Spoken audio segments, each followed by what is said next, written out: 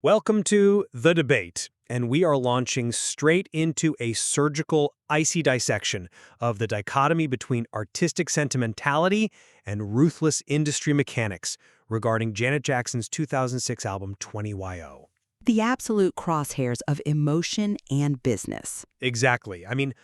Imagine selling over 100 million records. You define the very architecture of modern pop and R&B for 2 straight decades, right? And then you wake up one morning to find yourself corporately, legally, and culturally erased from the airwaves. Wiped out. Just completely gone. That was the reality in 2006. So today, we are looking at the album born directly from that exile. Was 20YO a masterful, defiant exercise in spiritual resilience and artistic survival against a systematic, corporately mandated blacklist? Or was it a commercially compromised, Frankenstein-esque A&R disaster driven by executive panic? I think we both know where the bodies are buried on this one. Well, I stand firmly on the side of emancipation. 20YO is without a doubt a triumph of participatory image control. It represents Jackson's surviving deep-seated industry misogyny and racism, and, actively refusing to bleed out for the executives who held the knife. Right. And I stand on the side of reality, where emotional emancipation is just a romantic PR-spun myth. It's a myth utilized to cover up a catastrophic product failure. Oh, calling it a product failure is incredibly cynical. It's the business we are in. Look, you can blame the suits in the boardroom all you want, but the real crime of 20YO wasn't committed by a network executive. It was an internal collapse of artistic vision. The vision was perfectly clear, though. Sonic identity of the album and match the artists with the right producers, they completely abandoned their posts. This wasn't a triumph, it was a disjointed, trend-chasing mess. And it was fatally compromised by Jermaine Dupri's executive meddling and an absolutely disastrous track sequencing strategy. See, you're separating the boardroom from the recording studio as if they exist in 2 different universes. But in 2006, the boardroom was actively suffocating the studio. They are different domains. They are entirely connected. You simply cannot judge 20-year-old Anjay using standard capitalist Billboard-era metrics because the market was fundamentally rigged against her. We all know what happened after Super Bowl 38. Obviously. But we need to look at the mechanics of the aftermath. Les Moonves and Viacom didn't just issue a stern press release about a wardrobe malfunction. They weaponized their corporate infrastructure to enact a global, systematic blacklist. No one is denying the blacklist. Let me finish setting the stage, because the context is everything here. We are talking about CBS, MTV, VH1, and a massive network of syndicated radio affiliates simultaneously wiping her catalog from existence. They intentionally and surgically severed her commercial avenues. I acknowledge that. So in that fiercely hostile, intensely patriarchal context, Jackson was told to disappear. She was expected to play the role of the tragic, repentant victim. But instead, she chose to return to the studio. She reunited with Jimmy Jam and Terry Lewis, and she specifically recaptured the joy of control on its 20th anniversary. Captured the joy. Yes, she chose joy. She chose to celebrate her own legacy with the architects of her sound. That isn't a trend-chasing A&R disaster. That is a profound refusal to be erased. Look, I will absolutely acknowledge the Les Moonves blacklist. It is an indisputable structural reality of the mid-2000s music industry.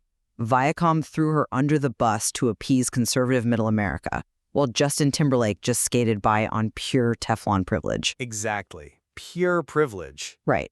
But the blacklist didn't mix the vocals, the blacklist didn't pick the lead singles, and the blacklist certainly didn't invite Jermaine Dupri into the control room. Bringing in Dupri was a strategic choice to modernize. Bringing in Dupri created a fatal schism. He was the undisputed architect of those mid-2000s snap music, club-ready collaborations out of Atlanta. Co-helming this project alongside Jam and Lewis was a massive mistake. Jam and Lewis build cathedrals, right? They rely on meticulous, lush, analog synths and complex vocal harmonies. Which are heavily present on the album. Sure, but Dupri builds nightclubs. You don't put a club promoter in charge of a cathedral. Jackson didn't just lose radio support because of Moonves. her team actively produced a compromised record that alienated her core base. She tried to beat the 2006 Atlanta-dominated market at its own game, and she lost her identity in the process. Judging this album's market impact by traditional metrics is like judging a restaurant's food after the city intentionally cut off the water supply and barricaded the front doors. The barricaded doors metaphor only goes so far. No, it is literal. The FCC slapped CBS with a $550,000 fine over the Super Bowl. That wasn't just a slap on the wrist. That action effectively legislated Janet Jackson out of mainstream pop radio. Program directors at Clear Channel and Infinity Broadcasting were terrified to touch her records. Because of the financial risk? Exactly. Playing her music was treated as a literal financial liability.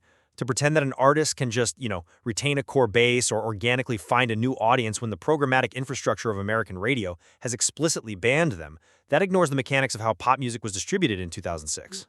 I understand the mechanics. There were no Spotify algorithms to save you. If radio didn't play it, it didn't exist. Okay, I'll accept the barricaded door metaphor. The radio freeze-out was very real. But let's look at the people who actually made it inside the restaurant. Let's pivot away from the terrified program directors and look strictly at consumer behavior. Because the numbers, they strip away your romantic narrative. The numbers reflect the freeze-out. No. Let's look at the brutal Week 2 metrics. 20AO opened at number 2 on the Billboard 200 with 297,000 pure copies sold. Pure copies.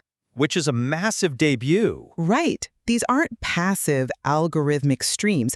These are nearly 300,000 human beings who physically drove to Target or Best Buy, picked up a piece of plastic, and paid $15 for it on week 1. That proves definitively that the blacklist did not erase her audience. It proves she fought through it. It proves she still had a massive, fiercely loyal base, willing to bypass the radio ban entirely. The problem wasn't getting them to the table. The problem was what they heard when they pressed play. And you're suggesting those loyal listeners suddenly turned on her? I'm not suggesting it. The data proves it. In week 2, the album suffered a devastating 74% drop in sales, plummeting to just 77,000 units. Second week drops are standard for pop releases. Not 74%. You cannot blame a 74% week 2 drop on Les Moonves. A drop that steep means the album didn't survive the car ride home. Day 1 buyers are your loyalists, right? They buy on faith. But week 2 relies entirely on word of mouth. In 2006, word of mouth was fragmented. That 74% drop is the sound of word of mouth poison. They took the album home, they listened to the absolute sonic whiplash that Jermaine Dupri created, and they immediately told their friends on MySpace and message boards to keep their money in their wallet. It proves the product itself failed to retain the listeners who actively wanted to support her. You call it sonic whiplash and word-of-mouth poison, but you are fundamentally misreading the album's DNA.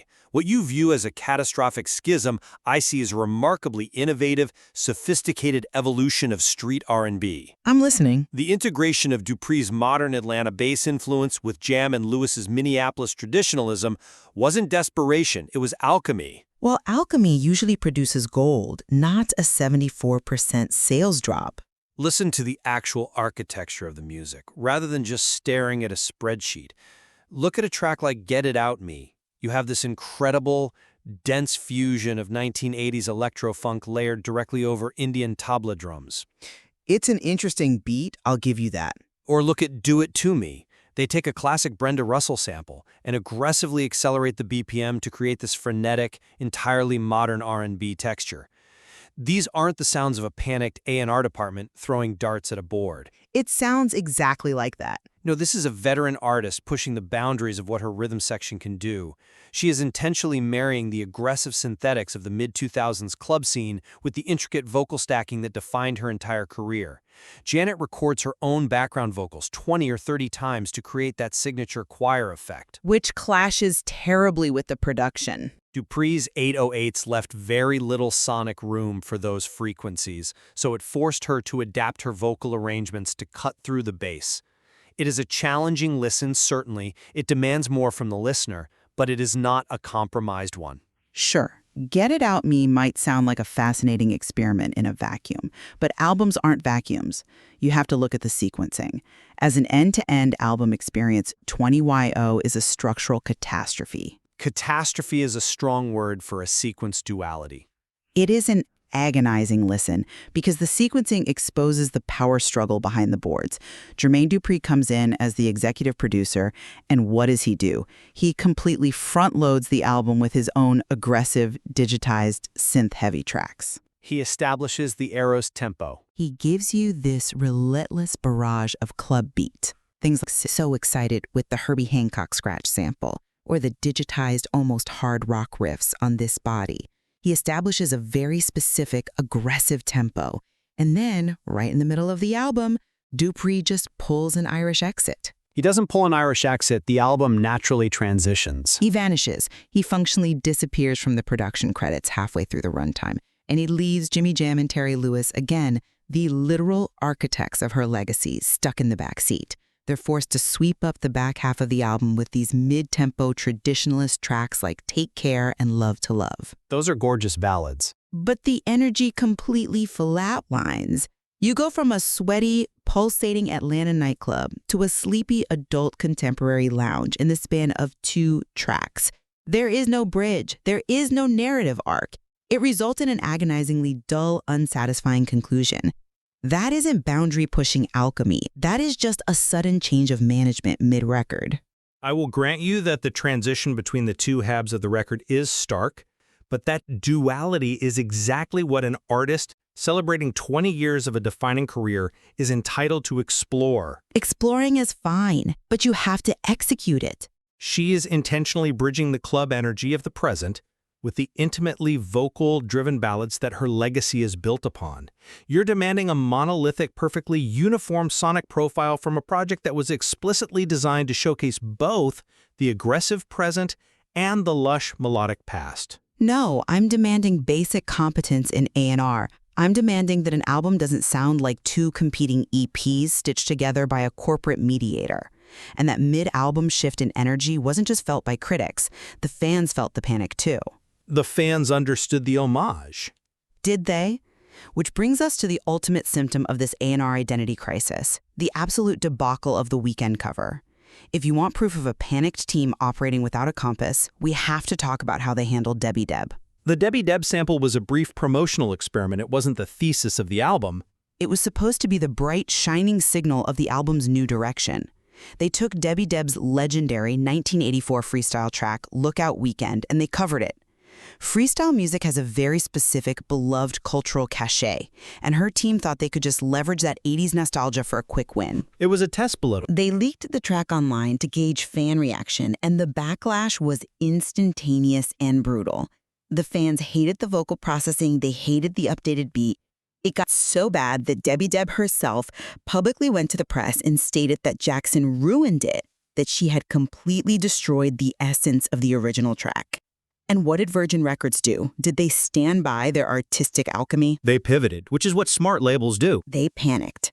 They humiliatingly pulled the track from the final sequence at the 11th hour and desperately rebranded it as a mere gift to the fans. A multi-million-dollar label operating like a garage band that accidentally uploaded the wrong file to MySpace. That is a ridiculous exaggeration. That is not the behavior of a confident, emancipated artist in control of her narrative. That is the behavior of an executive team throwing spaghetti at the wall, seeing the fans revolt, and frantically scrubbing the internet to hide the evidence. Stop romanticizing the rigid rollout structures of the 1990s. What you are calling a humiliating panic, I see as unparalleled agility in the nascent digital age. Agility, really? Yes, agility. The willingness to float a track, gauge the immediate temperature of the community, and pivot before pressing a million CDs is exactly how modern artists operate today. She was a decade ahead of the curve in reading digital feedback and adjusting in real time. And since we are talking about community engagement, we absolutely cannot ignore the masterstroke of this entire era, the Design Me campaign with Yahoo. You mean the PR stunt? I mean the exact mechanism she used to hijack her own PR. That campaign is exactly why 20YO matters conceptually. Instead of fighting a hostile, patriarchal press that wanted to relentlessly scrutinize her weight, her body, and her morality after the Super Bowl, Which they were doing constantly. relentlessly, she completely bypassed the gatekeepers. She partnered with Yahoo and crowdsourced the album cover. She released high-definition, unedited images of herself directly to the fans and let them design the artwork. And what were those images? She was radiantly smiling in every single one. Okay. If you look at her iconic album Run Control, Rhythm Nation, Janet, The Velvet Rope, her imagery was always dark, brooding, militant, or intentionally obscured. By handing the fandom these joyful, smiling images, she subverted her own visual legacy. When the media wanted a photo of her looking disgraced and ruined, she forced them to put a giant, radiant, unapologetic smile on store shelves across the world. It was a brilliant, calculated sociological counteroffensive. A brilliant sociological counteroffensive? I'm sorry, but a smiling album cover doesn't mask the absolute fragmentation of a pop icon. It reclaims the narrative. The Design Me campaign was a cute psychological band-aid that distracted the hardcore fans, but it couldn't stop the financial bleeding. It marked the definitive end of her multi-million-dollar franchise player era at Virgin Records. Let's look at the actual chart reality, because the performance of the singles tells the true story of an artist being completely dismantled into genre silos. The charts were manipulated by the radio ban. But the Hot 100 chart in 2006 relied heavily on mainstream pop radio airplay. Because of the blacklist, she had to rely on hyper-specific genre charts to survive. Look at Call on Me with Nelly. Sure, it hits #1 on the R&B hip-hop charts. It works on urban radio because Dupri had leverage there. It was a massive hit. But then you look at So Excited, the massive, expensive Dupri-helmed dance single that was supposed to be the mainstream crossover. It absolutely crashes at number 90 on the Hot 100. Number 90. But it topped the dance charts. Exactly. It simultaneously tops the dance club charts because club DJs don't answer to Les Moonves. That is my point. She dominated the clubs where the corporate blacklist couldn't reach her. Do you see what that actually means, though? She was no longer a monolithic pop icon who could dominate the cultural center. The A&R schism we talked about manifested literally in the charts. She became a fractured commodity, surviving only in isolated genre silos. The hip-hop fans took the Nelly track, the club kids took the dance track, and the mainstream pop audience completely walked away. You can't call an album a triumph when it officially shatters an artist's universal appeal into disconnected demographic fragments. The triumph is in the survival. The fact that 20O exists at all is the triumph. The fact that she managed to secure a massive new deal with Island Def Jam immediately after this, and the fact that she forced a hostile, profoundly misogynistic industry to watch her smile on a platinum-selling record is the ultimate checkmate against the corporate machine. She outlasted the executives who tried to bury her. Smiling on an album cover while your boyfriend completely dilutes your legacy with recycled club beats isn't a victory over the machine. It's just the machine convincing you to smile while it strips you for parts.